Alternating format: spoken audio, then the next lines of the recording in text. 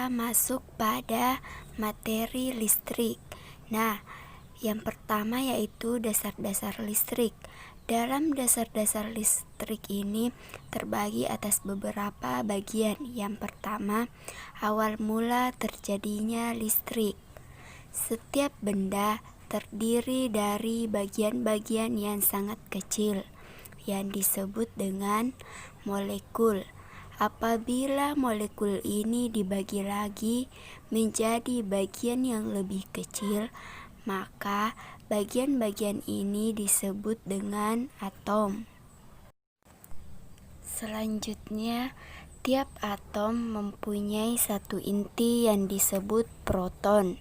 Proton mempunyai listrik yang bermuatan positif dan dalam keadaan tidak bergerak atau diam.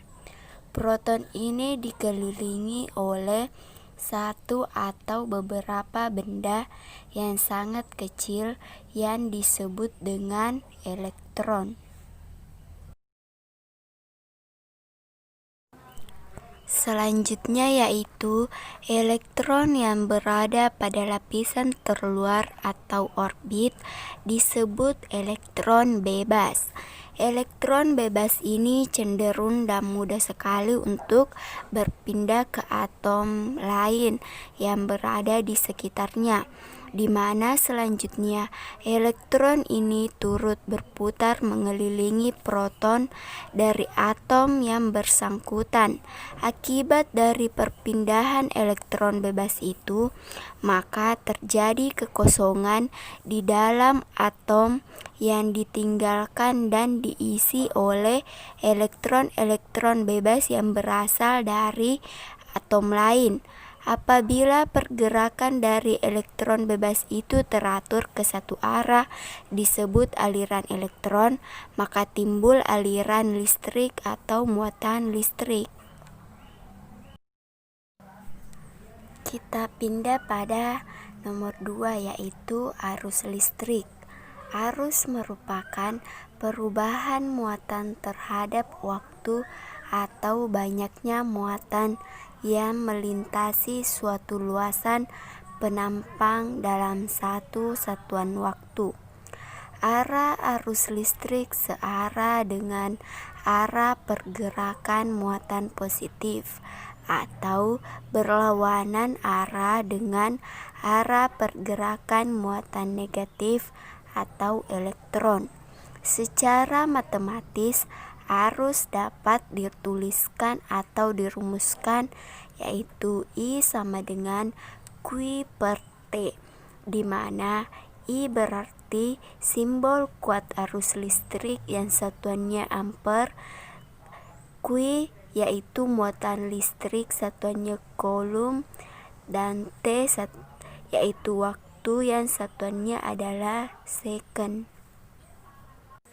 Selanjutnya yaitu jenis arus listrik. Pada dasarnya, arus listrik dibedakan menjadi dua, yaitu arus listrik searah, di mana arus listrik yang mengalir dengan arah dan besar yang tetap atau konstan. Kemudian arus listrik bolak-balik adalah arus listrik yang secara periodik berubah-ubah baik arah maupun besarnya. Selanjutnya, reaksi akibat aliran arus listrik. Reaksi panas atau arus listrik selalu memanasi penghantarnya. Kemudian reaksi cahaya. Pada lampu pijar, reaksi panas arus listrik mengakibatkan kawat membara dan dengan demikian menjadi bersinar, artinya sebagai efek samping dari cahaya. Selanjutnya, reaksi kemagnetan. Arus listrik selalu membangkitkan medan magnet. Kemudian reaksi kimia listrik. Arus listrik menguraikan zat cair yang bersifat penghantar. Selanjutnya, reaksi pada makhluk hidup. Dengan persyaratan tertentu, misalkan seseorang menyentuh dua buah penghantar listrik tanpa isolasi, maka arus dapat mengalir melalui tubuh manusia. arus listrik tersebut mengakibatkan atau bahkan menimbulkan sentakan atau sengatan listrik. Selanjutnya kita masuk pada yang ketiga, yaitu tegangan listrik, di mana tegangan listrik adalah kerja yang dilakukan untuk menggerakkan satu muatan atau sebesar satu kolom pada elemen atau komponen dari satu terminal atau kutub lainnya. Selanjutnya, pada kedua terminal atau kutub akan mempunyai benda potensial jika kita menggerakkan atau memindahkan muatan sebesar satu kolom dari satu terminal ke terminal lainnya. Selanjutnya kita masuk pada materi kemagnetan. Efek dari magnet alam telah diketahui sejak waktu yang lama. Observasi yang tercatat berasal dari bangsa Yunani lebih dari 2500 tahun yang lalu. Kata magnet berasal dari kata Yunani yang berasal dari jenis batu yang mengandung besi oksida yang ditemukan di Magnesia, Yunani Utara. Sifat dari batu tersebut dapat memberikan gaya pada jenis batu yang sama dan dapat memberikan sifat tersebut pada potongan besi yang tersentuhnya.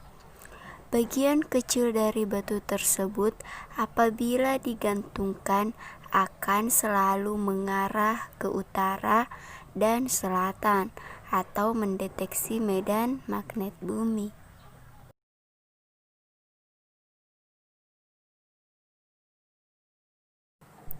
Selanjutnya yaitu magnet bata memiliki dua kutub, yaitu N atau utara dan S atau selatan.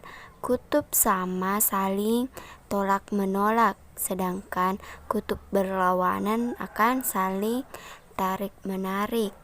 Kemudian arah medan magnet dapat ditentukan dengan menggunakan sebuah kompas kecil.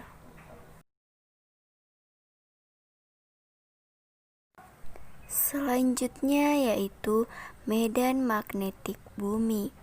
Jarum pada sebuah kompas selalu menunjuk pada arah utara karena daerah di permukaan bumi merupakan daerah bermedan magnet. Selanjutnya yaitu medan magnet yang muncul berasal dari bumi yang merupakan sebuah magnet yang sangat besar.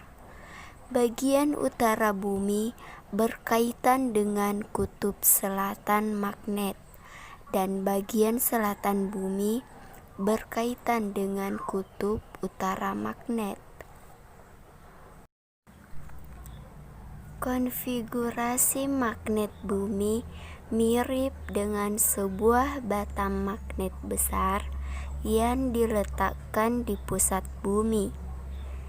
Kutub magnet utara dan selatan tidak persis tepat pada kutub selatan dan utara bumi, tetapi agak menyimpang. Kutub magnet selatan terletak 1800 km dari kutub utara, tepatnya di wilayah Kanada Utara. Sedangkan kutub magnet bagian selatan terletak di wilayah Australia Selatan.